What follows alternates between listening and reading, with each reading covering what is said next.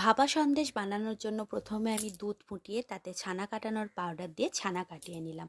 সেই ছানাটা আমি মিক্সার জারে দিয়ে তাতে অ্যাড করেছিলাম 3 চামচ মতো সুগার পাউডার এবং তারপরে অ্যাড করেছিলাম আমি 3 চামচ মতো মিল্ক পাউডার।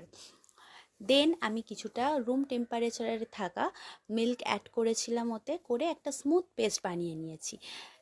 তারপরে সেই পেস্টটাকে আমি একটা কন্টেনার রেডি করেছিলাম, যাতে একটু ঘি মাখিয়ে নিয়েছিলাম, যাতে না তোলার সময় অসুবিধা হয়, এবং সেই পেস্টটা সেই কন্টেনারের মধ্যে দিয়ে দিলাম।